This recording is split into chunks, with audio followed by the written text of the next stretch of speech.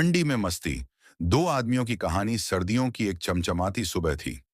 पहाड़ों पर बर्फ जमी हुई थी और ठंडी हवा ऐसे चल रही थी जैसे कोई बर्फ की सुइयां उड़ा रहा हो।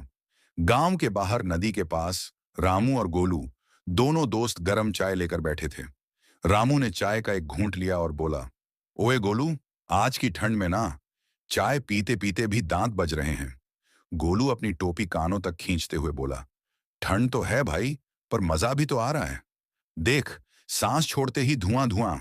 दोनों ने मजे में एक साथ सांस छोड़ी और हवा में सफेद धुआं सा उठा।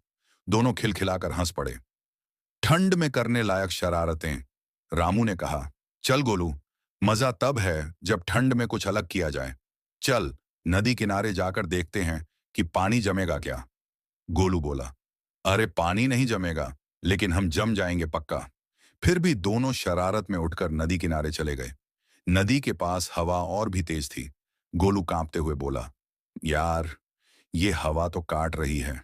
रामू ने हंसते हुए कहा, अगर हवा काट रही है तो समझो ठंड असली वाली है, और असली मजा भी इसी में है।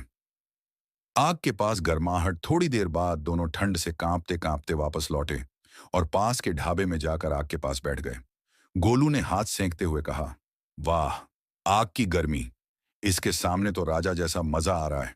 रामू बोला, सही कहा, ठंड का मजा भी तभी आता है जब आग पास हो और चाय हाथ में। ढाबे वाले ने उन्हें आलू के गर्मा गर्म परांठे दिए।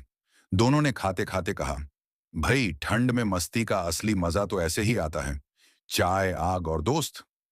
अंत कुछ देर बाद दोनों उठे। गोलू बोला, अगली ठंड में याद रखना रामू, ठिठुरेंगे नहीं, मजे करेंगे।